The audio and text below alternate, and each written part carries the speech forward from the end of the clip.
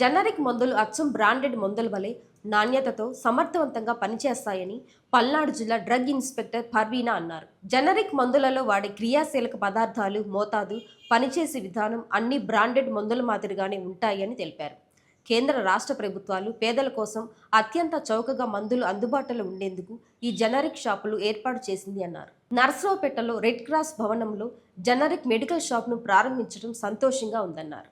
నా పేరు పర్వీన్ సుల్తానా. నేను నర్సరావుపేట డ్రగ్స్ ఇన్స్పెక్టర్గా వర్క్ చేస్తున్నానండి. ఈరోజు ఇండియన్ రెడ్ క్రాస్ సొసైటీ వాళ్ళ ఆధ్వర్యంలో ఓపెన్ చేస్తున్న జనరిక్ షాప్కి నేను ఓపెనింగ్కి రావడం, మన ఎమ్మెల్యే గారితో నేను ఓపెనింగ్ చేయడం నేను చాలా అదృష్టంగా భావిస్తున్నాను. Generic medicines are nothing but standard quality medicines ఏనండి.